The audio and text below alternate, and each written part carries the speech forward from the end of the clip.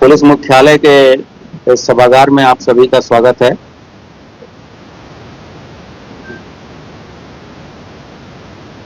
माननीय मुख्यमंत्री जी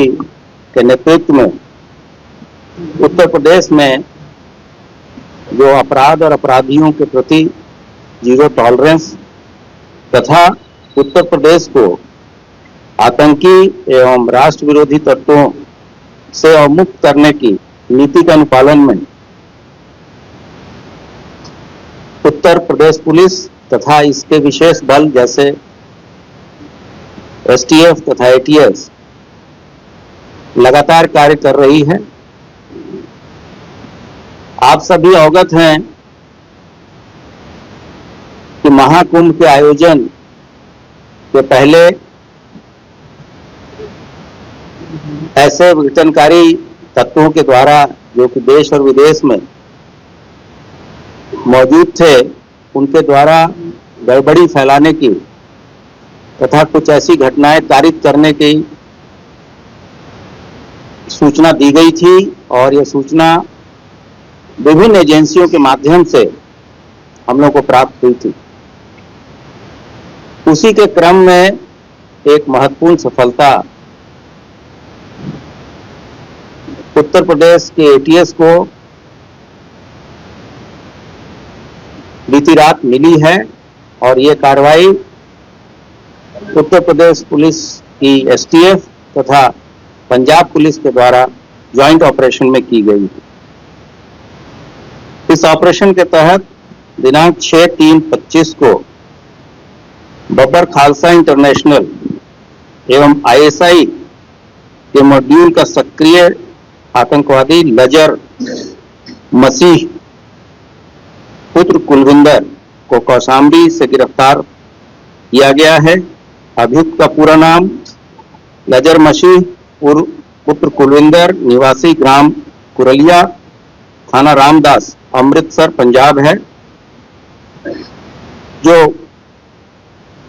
बरामदगी हुई है उसमें 3 सक्रिय हैंड ग्रेनेड, 2 अदद सक्रिय डेटोनेटर, 1 विदेशी पिस्टल जो कि यूएसएसआर की बनी हुई है, 13 7.62 विदेशी जिंदा कारतूस, 2 gelatin rod, 1 Samsung M14 mobile बिना सिम कार्ड के तथा 1 फर्जी पते पर बनाए हुए आधार कार्ड। आप सभी अवगत है कि 23 दिसंबर 2024 को विभिन्न एजेंसियों से प्राप्त सूचना तथा पंजाब पुलिस के द्वारा प्राप्त सूचना के आधार पर पीलीभीत पुलिस तथा पंजाब पुलिस के द्वारा संयुक्त ऑपरेशन में 3 आतंकवादी मारे गए थे और उस मुठभेड़ में भारी संख्या में असलाहों की बरामदगी भी हुई थी। तब उनके द्वारा पंजाब में कई आतंकवादी घटनाएं कारित की गई थी, जिसमें विभिन्न पुलिस चौकियों पे हैंड ग्रेनेड फेंके गए थे। उसमें वो लोग वांछित चल रहे थे। इसके प्रक्रिया स्वरूप खालिस्तानी आतंकी गुरपतवंत सिंह पन्नू, जिसको पन्नू के नाम से जानते हैं और जो अमेरिका में न्यूयॉर्क में रहता है, तथा अन्य जो इनपुट हमारे पास आ रहे थे उसके द्वारा उसने महाकुंभ प्रयागराज के दौरान आतंकी हमले की धमकी दी थी। इसके लिए हमारी जो विशेष यूनिटें हैं तथा केंद्रीय बल को भी सतर्क किया गया था तथा इस तरह के जो भी अलर्ट्स आते थे समय समय पे आप लोगों के द्वारा भी जब क्वेरी होती थी तो हम लोग बताते थे कि हम लोग पूरी तरीके से इस पर काम कर रहे हैं और हमारी टीमें लगातार सतर्क थी। इस पर्टिकुलर ऑपरेशन के लिए हम लोगों ने एसटीएफ के जो अपर पुलिस अधीक्षक हैं लाल प्रताप सिंह और उनकी टीम को पंजाब और पंजाब टीम को, पंजाब पुलिस की टीम को आतंकवादी लजर पुत्र कुलविंदर की मौजूदगी की सूचना प्राप्त हुई और ये भी चीजें प्राप्त हुई कि इसने फर्जी अभिलेखों के आधार पे गाजियाबाद में से एक आधार कार्ड बनवाया है और इस आधार कार्ड के माध्यम से वो फर्जी पासपोर्ट के लिए भी उसने अप्लाई किया और इसके पास कुछ ऐसे गोला बारूद हैं जिसके द्वारा यह महाकुंभ के दौरान कोई विध्वंसकारी घटना कर सकता। पंजाब पुलिस के अनुसार जो सूचना मिली थी उसके अनुसार ये खूंखार आतंकवादी आईएसआई के साथ लगातार संपर्क में था और पंजाब में बैठे हुए उसके हैंडलर तथा अन्य अपने साथियों के माध्यम से वो ड्रोन के माध्यम से गोला बारूद और असलाह पाकिस्तान बॉर्डर से इंडिया में लाता था और जिसका फर्दर डिस्ट्रीब्यूशन वो अपने साथियों के साथ और अन्य लोगों को पंजाब प्रांत में करता था। इस सूचना के बाद से उसकी फोटोग्राफ प्राप्त की गई और हमारी टीम पंजाब पुलिस के साथ लगी और इस दौरान हम लोग इस तरह से पूरी तरह सतर्क थे कि अगर कोई एक्टिव ऑपरेशन बनवाया है और इस आधार कार्ड के माध्यम से वो फर्जी पासपोर्ट के लिए भी उसने अप्लाई किया और इसके पास कुछ ऐसे गोला बारूद हैं जिसके द्वारा यह महाकुंभ के दौरान कोई विध्वंसकारी घटना कर सकता। पंजाब पुलिस के अनुसार जो सूचना मिली थी उसके अनुसार ये खूंखार आतंकवादी आईएसआई के साथ लगातार संपर्क में था और पंजाब में बैठे हुए उसके हैंडलर तथा अन्य अपने साथियों के माध्यम से वो ड्रोन के माध्यम से गोला बारूद और असलाह पाकिस्तान बॉर्डर से इंडिया में लाता था और जिसका फर्दर डिस्ट्रीब्यूशन वो अपने साथियों के साथ और अन्य लोगों को पंजाब प्रांत में करता था। इस सूचना के बाद से उसकी फोटोग्राफ प्राप्त की गई और हमारी टीम पंजाब पुलिस के साथ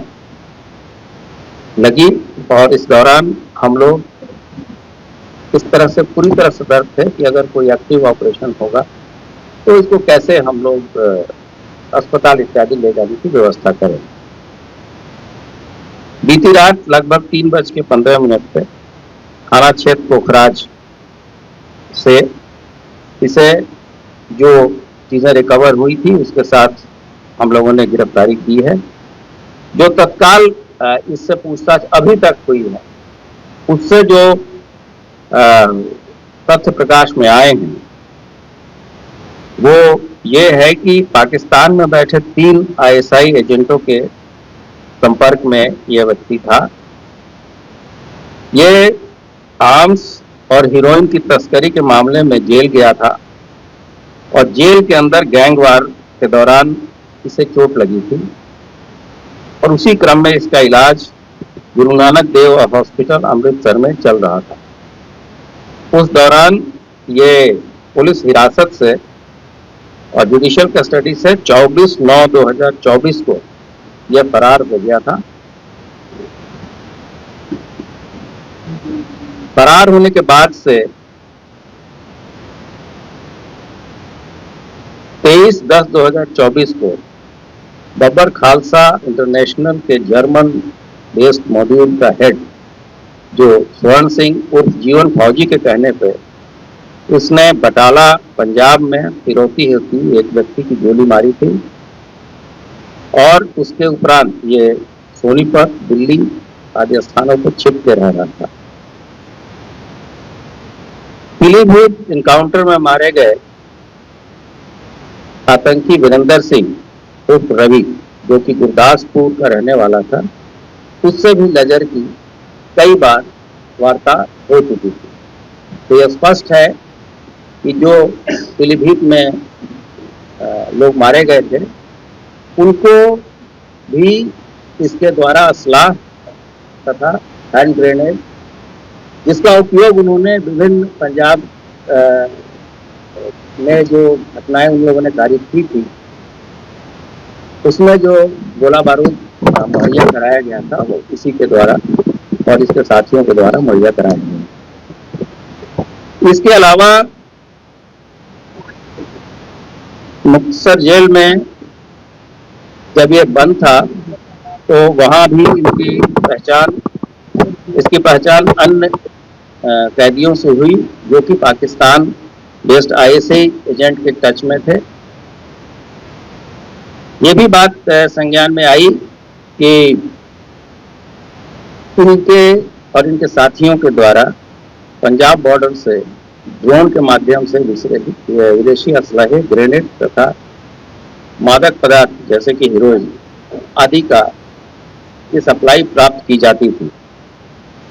इसमें अभी जो है इस चीज़ों को पंजाब पुलिस के साथ शेयर करके आगे की विवेचना भी देखी जाएगी। इसमें यह भी बताना उचित होगा कि जब अतीक अंसारी को उत्तर प्रदेश लाने की बात हुई थी, तो उसके पूछताछ में यह बात भी प्रकाश में आई थी, और जब ये बात बताई गई थी तो उस समय कुछ लोगों ने इस चीज पर प्रश्न उठाया। तो पाकिस्तान की तरफ से बॉर्डर से शस्त्र और मादक पदार्थ इत्यादि आते हैं, ये चीजें पूरी तरीके से हम लोगों की योजना से पहले भी प्रमाणित थी और आज भी जो पूछताछ हुई है उससे पूरी तरीके से प्रमाणित हो गई है। ये भी चीज प्रकाश में आई है कि घटना कारित, यहाँ कोई बड़ी घटना कारित करने के बाद से पासपोर्ट बन जाने पे इसको पुर्तगाल जाने की इसकी प्लानिंग थी।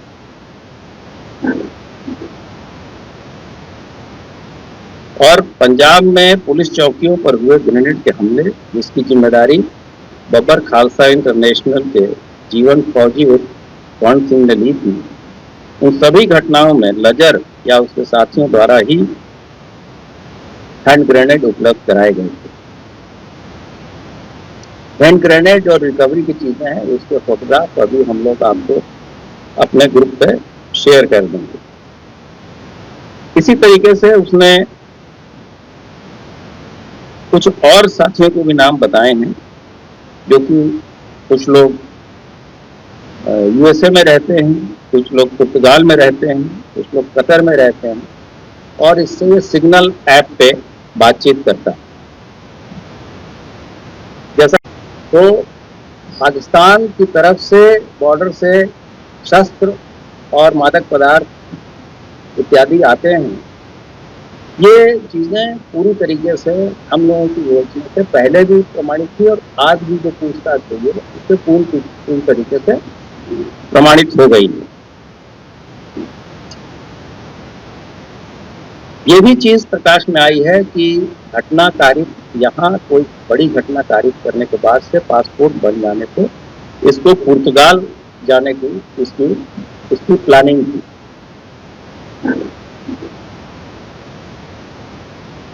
और पंजाब में पुलिस चौकियों पर हुए ग्रेनेड के हमले, जिसकी जिम्मेदारी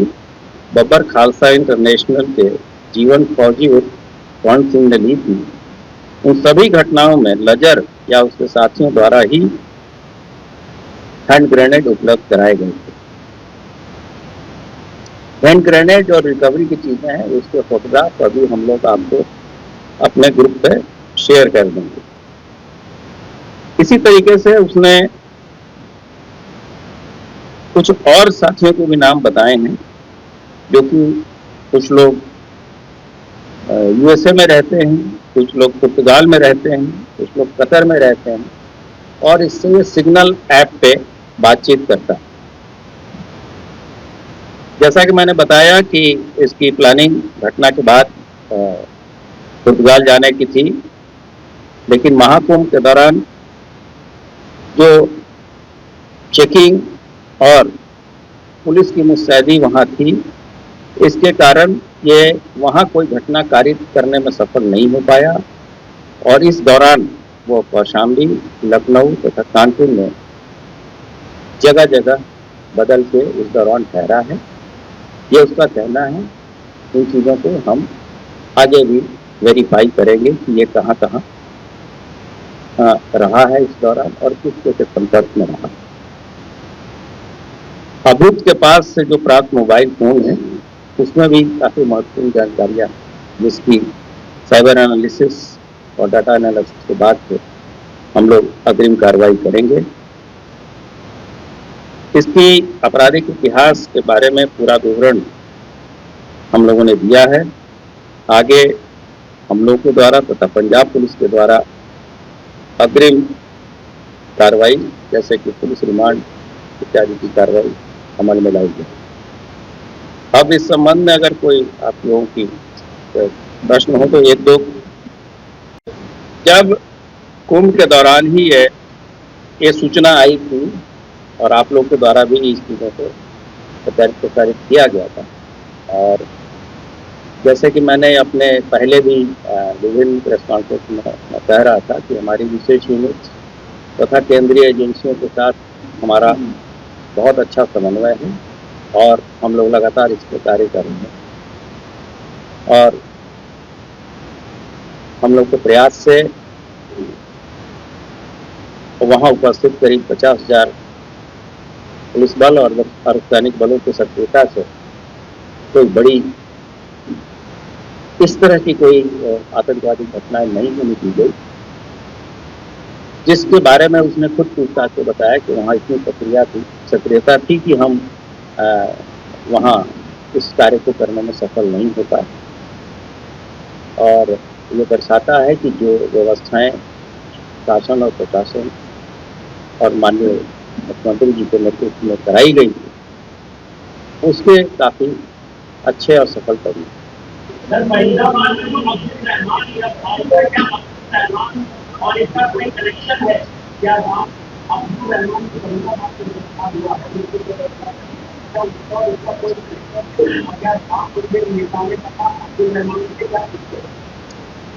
उसके बारे में मैंने पहले भी बताया है कि हरियाणा की एसटीएफ तथा गुजरात एटीएस ने इस पर कार्य किया है, और जो सूचनाएं उनके द्वारा प्राप्त होंगी इसको हम लोग आपके साथ शेयर करेंगे। और इसके पास से और इसके मोबाइल से जो चीज़ें निकल के आएंगी, अगर कोई इसमें आपस में इसका संबंध होगा तो हम आपसे अवश्य शेयर करेंगे। अभी तक के हिसाब से ये अभी तक जो हमारे पास सूचना है उसके हिसाब से ये कह सकते हैं कि महाकुंभ के दौरान गड़बड़ी करने आते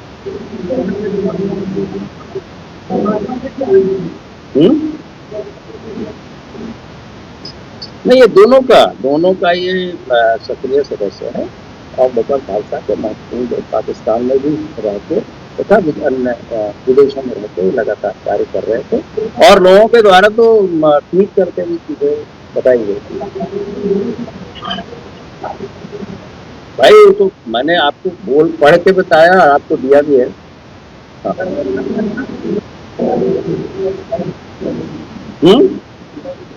नहीं, इस तरह के स्लीपर सेल होते हैं, जैसे चीजें और प्रकाश में आएंगी हम उस पर कार्रवाई करेंगे।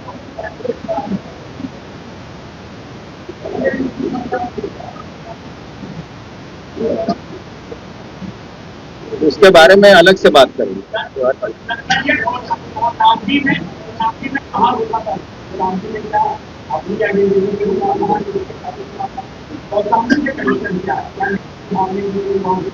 नहीं, मैं तो आपको बताया कि इसने आधार कार्ड फर्जी पते पे गाजियाबाद से बनाया है और उस पते पे इसने पासपोर्ट के लिए अप्लाई किया हुआ है। और इसके पूछताछ पर इसने बताया कि इसको पुर्तगाल जाने की घटना कारित करने के बाद पुर्तगाल जाने की प्लानिंग थी, जिसमें घटना करने में वो सफल नहीं होता। जब मैंने बताया कि कौशाम्बी, कानपुर, और जब कोई टारगेट मूव करता है तो अब हमारी सक्रियता से वो जहां भी पकड़ लिया जाए, हो सकता था कि वो कानपुर भी पकड़ा जा सकता था, लखनऊ भी पकड़ा जा